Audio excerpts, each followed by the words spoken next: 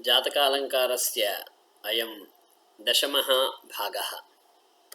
अस्मिन् दशमे भागे सप्तमभावस्य ये श्लोकाः वर्तन्ते तान् पश्यामः।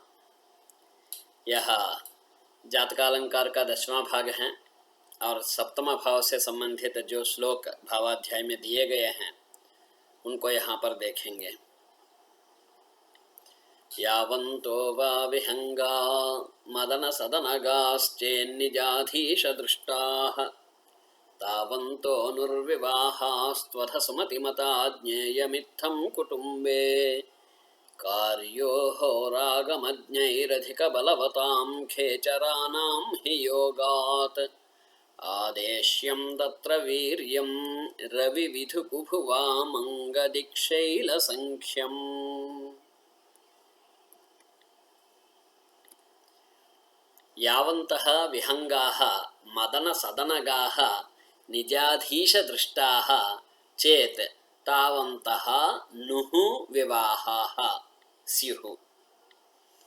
यावन्तः विहंगाः, विहंग ग्रह, यावन्तः जितने ग्रह मदन सदनगाः, मदन सदन सप्तम स्थान, मदन सदनगाः सप्तमगताः, सप्तम स्थान स्थिताः, जितने ग्रह सप्तम स्थान में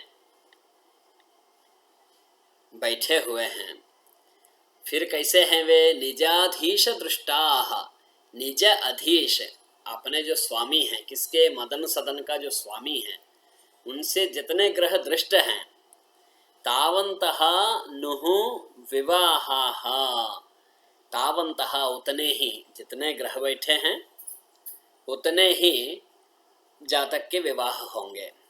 यावन्तः विहंगाः मदन सदनगाः निजाधीशदृष्टाः चेत् तावन्तः नुः विवाहाः स्युः।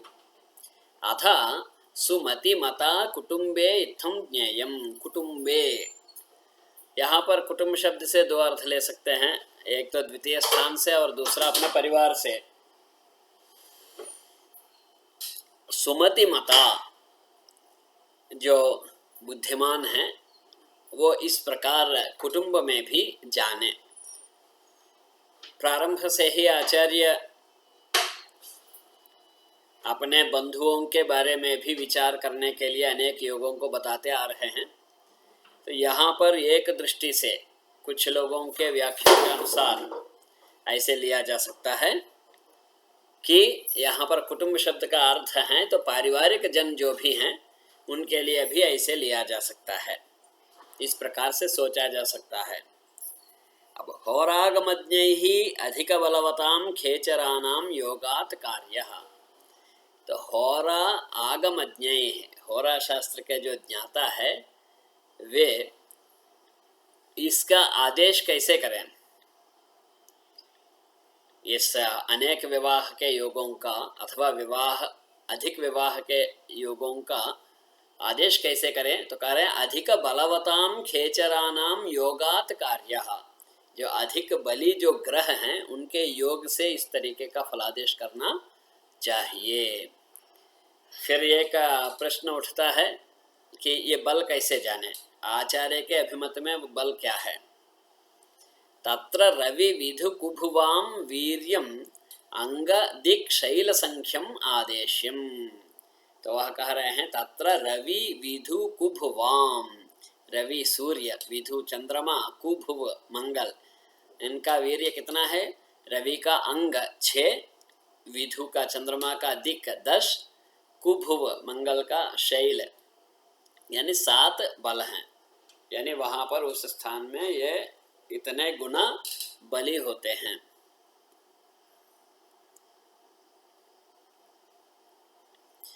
केन्द्रस्थाने त्रिकोणे यदि खलु गृहिणी कारकाख्या न भोगाः कामार्थेषु निजर्क्षे परिनयन विधि स्यात् तदानीं नुरेकः जायाधीशः कुटुम्बाधिपतिरपि युतश्चेत्रिके गर्हिताख्यैः यावद्भिः शुक्रयुक्तो नियतमिह भवेत् तावतीनां विरामः।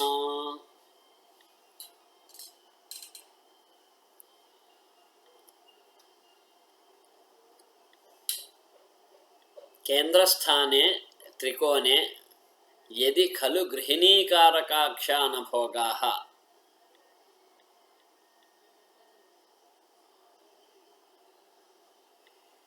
केन्द्रस्थाने त्रिकोणे यदि खलु गृहिणीकारकाक्षाः न भोगाः कामार्धेशौ निजर्क्षे तदानीं परिणयनविधिः नुः एकः स्यात्। परिणयनविधिः माने विवाह की विधि नुः जातक के लिए एकः स्यात्, एक ही होगा। किस स्थिति में? केन्द्रस्थाने त्रिकोणे यदि खलु गृहिणीकारकाक्षा न भोगाः। गृहिणीकारक कलत्र कारक जो नभोग ग्रह हैं, यदि वो केंद्र स्थान में अथवा त्रिकोण स्थान में हो और कामार्धेशौ काम अर्धेशौ सप्तम स्थान का और अर्धेशः द्वितीय स्थान का स्वामी निजर्क्षे अपने ही राशि में हो, तो उस स्थिति में जातक का एक ही विवाह होगा। शुक्रयुक्तः जायाधीशः कुटुंबाधिपतिः अपि गर्हिताक्षैः यावद्भिः त्रिके युतः चेत् तावतीनां विरामः यह नियतं भवेत्। अब अगले योग में आचार्य क्या कह रहे हैं?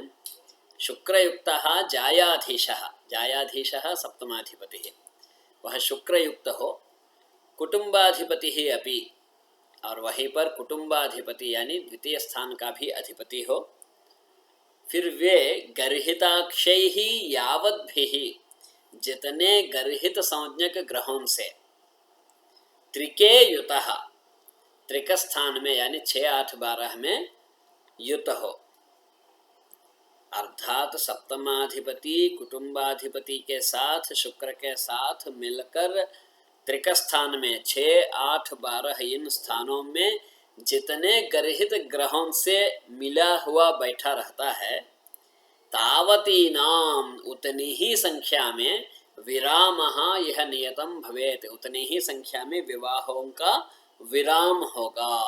अर्थात उतने ही आप ये भी समझ सकते हैं कि कलत्रों का विराम होगा, अर्थात वहाँ पर बिछड़न। ये किसी भी आयाम से किसी भी दृष्टि से इसका चिंतन कर सकते हैं कि उसको विवाह भंग के दृष्टि से भी, अलग होने के दृष्टि से भी, और ऊपर जाने की दृष्टि से भी अपने बुद्धि से इस पर विचार कर सकते हैं। लग्नस्थे सप्त सप्तौ दिनमनितनये कामगे वार्कमन्दौ द्यूने चंद्रे नभस्थे स च यदि गुरुनालोकितेनो प्रसूते द्वेष्येषो मित्रमन्दौ द्विषिसितकरणेस्ते बुधेनेक्षितेनो सूते द्वेष्ये जलर्क्षे यदि कुजरविजौ गर्भिणे स्यान्न नारी। लग्नस्थे सप्त सप्तौ, लग्न में सप्त सप्त यानी सूर्य हो, दिनमणि तनये कामगे, और दिनमणि तनयः सूर्य का जो पुत्र हैं वह काम स्थान में हो, यह एक योग। वा अथवा अर्कमंदौ द्यूने, सूर्य और शनि दोनों सप्तम में हो, चंद्रे नभस्थे, नभस्थान में दशम स्थान में चंद्रमा हो, सच, और वह भी, वह चंद्रमा भी, यदि गुरुना आलोकिते, यदि बृहस्पति के द्वारा देखा जा रहा हो वह नभस्थ चंद्रमा, तो नो प्रसूते, माने वो बच्चों को जन्म नहीं देगी। अर्थात जातक की पत्नी जन्म नहीं देगी बच्चों का, इसका अर्थ दोनों के लिए, ये तो जातक के ग्रहों से यह विचार चल रहा है, तो जातक की पत्नी गर्भवती नहीं होगी या संतान पुत्रों को जन्म नहीं देगी या संतान को जन्म नहीं देगी, कहने का तात्पर्य क्या है? जातक के कुंडली में संतान का योग नहीं है। आगे क्या कह रहे हैं? द्वेष्येशः मित्रमंदौ द्विषि, द्वेष्येशः द्वेष्य का स्वामी अर्थात छठे का स्वामी, मित्रमंदौ और मित्र यानी सूर्य, मंद यानी शनि, ये दोनों द्विषी छठे स्थान में हो, तो उस स्थिति में भी शीतकरणे अस्ते बुधेन ईक्षिते, शीतकरण चंद्रमा अस्ते सप्तम में हो और बुधेन ईक्षिते, बुध के द्वारा देखा जा रहा हो, तो नो सूते, वह स्त्री बच्चों को जन्म नहीं देगी। अर्थात उस जातक के लिए, जातक की कलत्र फिर वहाँ यहाँ पर भी वही बात है, तो जातक के लिए संतान का योग नहीं है, ये कहना चाहिए।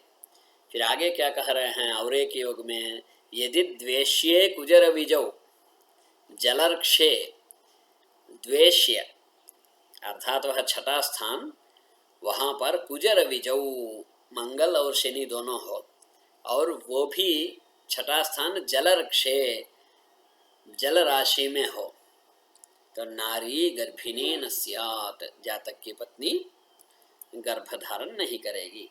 ये सब यहाँ पर जो चार जो योग बताया है आचार्य, जातक की पत्नी गर्भिणी नहीं होगी, गर्भिणी नहीं होगी, ये सारे योग जातक के लिए हैं, क्योंकि यहाँ पर जातक के चक्र में स्थित ग्रहों के योगों से आचार्य यह योग बता रहा है। तो केवल लक्षणा में कह रहा है कि नारी गर्भिणी नहीं होगी, इसका अर्थ उस पुरुष के लिए संतान का योग नहीं है, ये कहने का तात्पर्य है। केवल रूढ़ार्थ में ही नहीं जाना है, आचार्य के अभिप्राय को भी, आशय को भी ध्यान में रखते हुए अपने से विचार करना है। इस प्रकार यह सप्तम भाव का विचार समाप्त हुआ है जातकालंकार का। फिर अगले भाग में मिलते हैं।